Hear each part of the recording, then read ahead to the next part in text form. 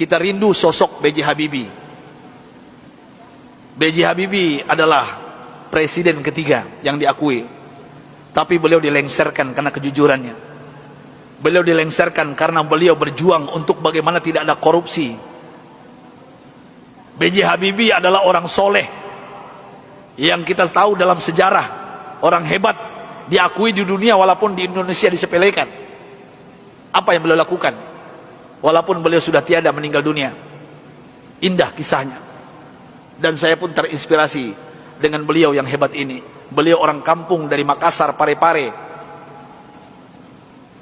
suatu ibu kota hari ini, Parepare. Saya pernah diundang ke sana oleh wali kotanya. Saya lihat patungnya Habibie dan Ainun, dan ternyata beliau orang kampung, orang biasa, orang sederhana.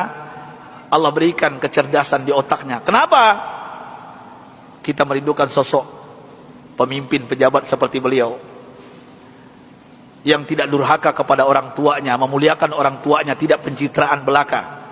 Dan hebatnya lagi, ketika beliau ke ITB meloncat kuliahnya. Dan hebatnya lagi, ketika beliau melanjutkan studinya ke Jerman. Disinilah saya pribadi mendapatkan inspirasi. Pesawat terbang Bapak Ibu yang kita naik itu, di ketinggian tertentu, kalau nggak pas bikinnya bisa retak, Pak. Pesawat itu bisa retak. Siapa yang bisa menyelesaikan itu? B.J. Habibie, Pak. Di dunia yang bisa menyelesaikannya B.J. Habibie. Sampai beliau digelari oleh teman-temannya di Jerman apa? Mr. Crack, Mr. Retak. Bukan retak otaknya, Pak. Pejabat kita yang banyak retak otaknya, Pak. Ini maksud saya apa? Pesawat yang retak itu beliau bisa menyelesaikannya. Ini kehebatan Habibie yang mungkin dilupakan oleh bangsa ini. Tapi ada yang lucu, aneh bin ajaib, ternyata beliau bukan orang tercerdas di dunia. Sampai beliau di Jerman, apa yang terjadi? Beliau tidak pernah ranking 1, ranking 2. Beliau ranking 3. Sampai beliau cemburu kepada 2 orang yang ranking 1, ranking 2, dan ini orang Yahudi, Pak. Orang kafir, laki dan perempuan. Saking herannya beliau, padahal beliau apa yang beliau isi itu benar semuanya. Tapi saking penasarannya, bertanya kepada Yahudi 2 ini. Apa kata beliau? Aku mau tanya kepada kalian berdua, apa rahasianya sampai kalian hebat di dunia, ranking 1, ranking 2? Saya kenapa tetap ranking 3? Apa jawaban Yahudi 2 ini, laki dan perempuan ini? Oh, Rudi.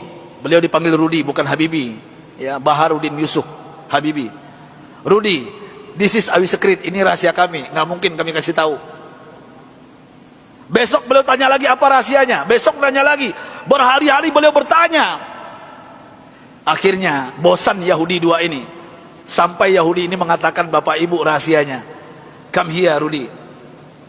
Sini Rudi, kami mau mengatakan kepada engkau, tahukah engkau rahasia kenapa kami cerdas? Kenapa kami ranking 1, ranking 2 hebat? Apa jawabannya? Ini yang membuat B.J. Habibie malu dan meneteskan air mata. Pahlawan yang hebat ini, ketika Yahudi ini mengatakan, kami di sepertiga malam terakhir, jam 3 bahasa kita di Jakarta, bangun. Setelah itu kami mandi. Setelah mandi kami pakai baju yang wangi. Setelah itu kami ambil Al-Quran. Kami baca Al-Quran. Kaget B.J. Habibie. You read Al-Quran? Yes. Kalian kan kafir Yahudi, kenapa baca Al-Quran? Kami yakin dengan Al-Quran. Walaupun kami tidak mempercayai Al-Quran, mempercayai Islam, tapi kami yakin dengan Al-Quran. Heran B.J. Habibie, orang kafir Yahudi yang juara 1, juara 2 di Jerman ini, setiap jam 3 pagi mandi, pakai minyak wangi, baca Quran. Apa jawaban mereka? Kami baca Quran.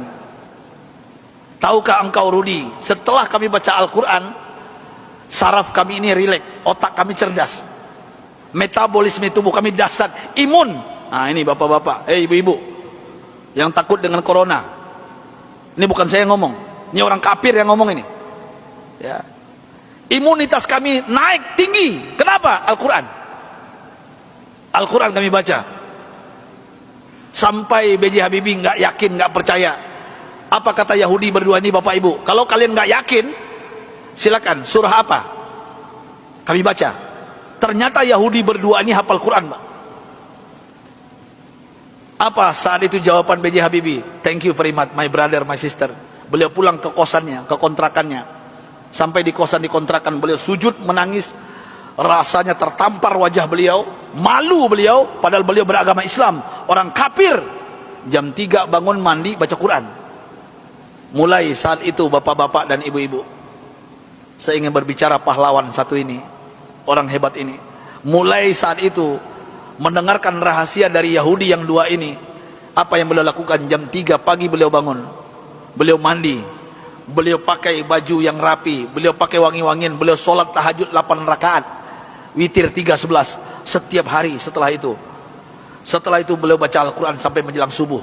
Kalau orang kafir tadi nggak sholat karena bukan Islam, langsung baca Quran.